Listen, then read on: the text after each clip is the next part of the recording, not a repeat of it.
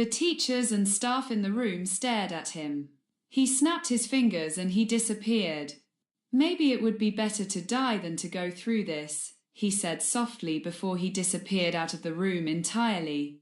Professor Irwin reappeared in a dark hall and fell into a chair next to the wall, exhausted, emotionally and physically. He set his back against the wall and closed his eyes. "Maybe they are right," he said to himself miserably. "I haven't spoken or written his name in nearly 15 years. I have forbidden his name spoken in front of me. Look what I have done to myself. What would the boy say if he saw me? If he learned everything about me? What would he do? He would hate you, that's what, Thomas," he snarled to himself, making himself feel like an entity of failure. The professor, the man, the entity, whatever who wishes to call him, picked himself up and, knees shaking, dragged himself to the infirmary, invisible as the air around him on the outside. And on the inside, as well. When he reached the infirmary, Madame Pomfrey was guarding the door, barring Dumbledore from passing through it. "This is foolish, Professor. He's in here for mild illness, not major heartbreak." "Madame Pomfrey, this is important. He will have to find out sooner or later," Dumbledore replied with a sigh. "Madam." "Oh. All right," Madame Pomfrey said, moving away from the door and opening it. "Give us some privacy, will you?" Dumbledore asked her as he walked through the door. Neither one knowing that Professor Irwin had slipped through the door behind Dumbledore. Professor Irwin had to sit down on the chair next to the door when he saw Harry. He was laying in bed, rubbing his throat, drinking water. He only looked up when Dumbledore cleared his throat. "Professor Dumbledore?" Harry asked, surprised. Dumbledore smiled. "Hello, Harry. Not well, are we?" Harry coughed loudly. "I'm okay. Madame Pomfrey says I just need to rest." "Harry, I've come to talk to you about something." Professor Irwin suddenly felt a shock of strength, jumped to his feet, and stuck his wand in Dumbledore's back. "Don't you even dare! Dumbledore, if I have to, I will kill you," Professor Irwin whispered into Dumbledore's ear. "Believe me, I will." "What is it, sir?" Harry asked, a look of concern on his face. Dumbledore hesitated and Professor Irwin dug his wand harder into Dumbledore's back. "Never mind, Harry. You have your rest." He moved carefully away and Professor Irwin took away his wand. "If you dare ever tell him, Albus," Professor Irwin whispered to Dumbledore, "or let anyone else, I'll kill you." "And whoever said it, if not you. Do I make myself perfectly clear?" Dumbledore walked out the door, leaving it open on purpose. And Professor Irwin heard him whispering to Madame Pomfrey, who let out a muffled gasp as Dumbledore advised her not to breathe a word. For her own safety, Professor Irwin took one last look at the bewildered boy on the bed and disappeared. He reappeared in the front hall, took his broom, and flew out the front door, bound back to Sharadine. When he arrived, the school was empty, or, rather, as quiet as empty. The students had deserted the hallways, meaning they were probably in their group lounges, being talked to by a teacher or whispering amongst themselves about Professor Irwin. Professor Irwin walked in the staff room, finding the entire staff in there, looking extremely grave. "Well," he said, raising a sardonic eyebrow, "what brings this warm welcoming?" The staff turned their stares to Madame Tatuli. You told them?" Professor Irwin sputtered, dropping his broom. "No, Thomas, I didn't. But I nearly did," Madame Tatuli said coldly. "Well, even if you had, it would probably have been no matter, as Dumbledore took it upon liberty of himself to tell his staff. Gave them quite a nasty shock, I will say, especially Severus," Professor Irwin said, smiling a bit. "So, you were at Hogwarts. Madame Tatuli said, folding her arms. Did you? No, Professor Irwin snapped. Of course not, Juan.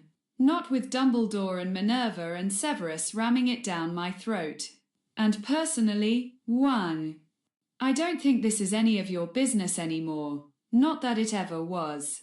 Madame Tatuli pressed her lips together, but did not say a word. Professor Irwin nodded at her and left the room, snapping his fingers sharply so his broom would follow him. Professor Irwin, called a desperate voice. The professor whirled around in surprise. Anna Winterbourne came running down the corridor toward him. Ms. Winterbourne, he asked. Anna grabbed the sleeve of his robes, as if to make sure he didn't run. Professor Irwin. I know something is wrong. I don't deny it. Something has been wrong and I feel as if I've caused some of it. No, Anna, Professor Irwin said softly. It's not your fault. It's mine. He sat down on the floor, suddenly tired, and he buried his face in his hands, suddenly overcome with suppressed grief. Anna crouched in front of him. Professor Irwin? What have I done? He wailed in anguish, not really talking to Anna. What will he think when he learns? Professor Irwin yanked at his hair. What? Anna asked, her eyes widening. Who? Harry. Professor Irwin yelled mostly to himself. What will he think when he learns that his uncle, who he has never known, is a sick, crackpot old fool? That he did not speak his name for years. That he shunned thinking about his brother and sister, in law, bullied his students, scared his colleagues, terrified any friends he had left all over him. Anna stared at her professor in shock. Harry Potter? My half-brother's boy. I never saw him. I never spoke of him as my blood. I always spoke of him as being impotent, almost as a monster. Oh, what will he think? Professor Irwin cried in sheer panic. Professor, Professor. Anna yelled in his face, grabbing his wrists and shaking him. Professor Irwin stared at Anna. Anna breathed harshly as she looked at him. You are telling me that James Potter is your half-brother? Her professor nodded silently. And that you have not spoken Harry's name for years. You have been like you are now, because of some sort of grief. Again, he nodded, realizing that Anna understood his pain, at least a small part. Professor, Anna said softly. Then, I must ask, why? Why have you never spoken his name? I understand that you are angry. Perhaps at Voldemort, perhaps at your brother, perhaps yourself. But why you never spoke his name? Why you terrorized us, your students, and everyone else? Why you shunned him, Harry, out of your life, is a mystery to me. Professor Irwin gulped and shut his eyes for a moment, in thought. You are the only one who understands at least a little of my pain, Anna, and that amazes me, he began. Not even the wretched person people call Albus Dumbledore knows any of my grief. Of why I act the way I do, or of the pain he has caused me. In my younger years, around your age, my dear, my brother, James, and I were at Hogwarts together. I was a year older than him. So I was there first, of course. I knew everyone, but I stuck to my studies a lot, preferring to not speak of my family history. My real mother was dead and when I was old enough. Our father told me that she was killed by Voldemort, which caused me to hate and respect Voldemort maybe more than anyone at the time and at the time. Everyone was scared of Voldemort. They didn't hate him or respect him. Their fear kept them from any of that. In any case, when James arrived at Hogwarts, I had little time for him, which made us grow apart, as I was driven to my studies, and he to other things, making us have little in common. No one really knew we were related, not even Severus Snape, who we both loathed and feuded with for years. And soon, I was overshadowed by my brother, as he saved Severus's life. Then I left Hogwarts, and was soon forgotten there. Until I rose in our world as being one of the youngest and best wizards around, and the ministry itself never connected James and I together. Our father and James's mother were dead, so no one was there to say anything, and James and I rarely spoke, so who was there to? The last time I saw James and Lily was when I heard Harry had been born. Through an old acquaintance, Dumbledore, of course, Professor Irwin said, clenching his fists. I went to their home in Godric's Hollow. I was surprised, no, amazed. They were so kind. I have always laid a grudge against James for never setting the record straight about us, although I should have done it myself, but it was amazing how welcoming they were. Lily was as beautiful as I had remembered her, and James happy as ever. The match of a lifetime, they were, those two, and their boy. Harry, he looked amazingly like James and I. But he did not have James's eyes or my dark bluish green. He had Lily's amazing bright green. When they died, my heart broke. I felt as if any life I had was crashing down around me. My friends didn't matter, my students, my colleagues, or my magical history. Nothing. I was so angry when Professor McGonagall came 2 days after they died and told me. Especially when I was told where Harry was. I have seen those muggles. Bloody, ruthless characters, they are, indeed. And then, everyone talking excitedly about Harry. Bore into my heart like a nail into wood. These students had no feelings for Lily and James, and they had produced this boy, their saviour. They didn't even care about them. Nor did anyone ever at least show the slightest mercy or benevolence for their deaths. No one ever has. Then, a few days after I was told, the letters started. All from Dumbledore, who always knew everything, so of course he knew James had been my brother. There was always the letter on Harry's birthday, or James's or Lily's, and on mine. A fine present for me. I burned them all. They all said, Thomas, you must stop this. Tell everyone. Have a good day. Have a good day, my foot. Dumbledore has always provoked me since I was at Hogwarts. I don't even care now that he is the best. I hate him. I think I always will. And, of course, letters came when Harry came to Hogwarts. Professor Irwin sighed. It said, Harry has now arrived at Hogwarts, Thomas. It is time. Time. Time. Time for Dumbledore to think he was right again. Yes. Well, he was not. He thought I'd come and I didn't. The fool. Then, of course, there was the uproar of Quidditch, then his injuries, then his defeating Voldemort twice, and so much more. And among all that, the rumours of me being connected with Voldemort and hating Harry, which made me nearly die. Anna, he said softly. Anna gulped. Sir, I didn't know. Professor Irwin shook his head. No. Of course not. Nobody did.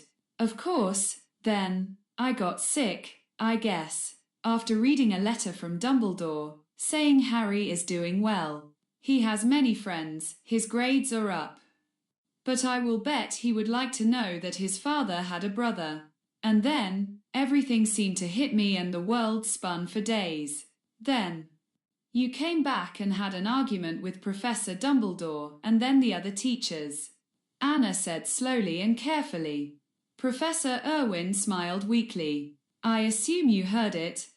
Then, we all felt it, sir. Every argument is usually felt. And you're slamming around, yelling. It's normal to everyone. Professor Irwin. I shan't say you don't know that, said Anna. Well, of course, I know, Professor Irwin said. It's normal, eh? That's another thing that got to me, and I suddenly raced to Hogwarts the other day, determined to meet Harry face to face. Wasn't McGonagall surprised when I showed up? Mused the professor with a small smile. Severus Snape, too. And I rather surprised them, I think, when I body-bound them and made them float in the air. Anna stared at him and Professor Irwin chuckled softly. I did not injure them. If that's what you're thinking, but they wouldn't let me in the castle and I was determined to get through. I went to the Gryffindor Tower to find out where Harry was from the fat lady. A picture that would know. She wasn't much help, though. Suddenly, while I was talking to a student trying to find him, there was a call for all students to return to their common rooms, and I knew that Minerva and Severus had been found, so I hurried to the staff room. Professor Irwin sighed. I know this is a long story, Anna, so I will just say there was a fight and I headed home. Or rather, here. Anna looked at her professor in astonishment, then chose her words carefully. Professor Irwin, sir, you can tell me this, but you cannot tell your own flesh and blood. The next day was a rather quiet one, to the shock of the students. The teachers tried to act normally and pulled it off on the students, Professor Irwin being reserved and silent. Though this was a normal behavior of his, everything seemingly back to normal. Normal, that is, until lunch. Professor Irwin was walking to lunch, through the front hall, when the front door opened and a man walked through. The professor stopped dead in his tracks, causing students behind him to crash into one another. Cornelius Fudge and two others. Professor Thomas Patrick Irwin. Fudge called, spotting the professor, making the students all stare at their professor, including Anna, who had no idea what was going on, along with the rest of them. I have come to put you under arrest for the threat of the murder of Albus Dumbledore. The crowd gasped. Come quietly and, like hell you will arrest me, Professor Irwin shouted. Running back the way he came, shouts of alarm echoing after him. The professor ran to his room, snatched up his broom, and disappeared with a loud crack just as Fudge and his officers scrambled into the room. The professor appeared on the far edge of the Sharadine grounds. He mounted his broom and flew away, not even taking a look behind him. Sharadine was suddenly merely a dream to him, a spectacle of his imagination. Everything was a dream now, except for Harry Potter, who stuck out in Professor Irwin's mind like a nail stuck in his hand. It hurt and he could not pull it out without leaving some sort of guilt in him that would injure him more than leaving the nail in its place. As he flew and flew, he began to cry and feared he'd never stop.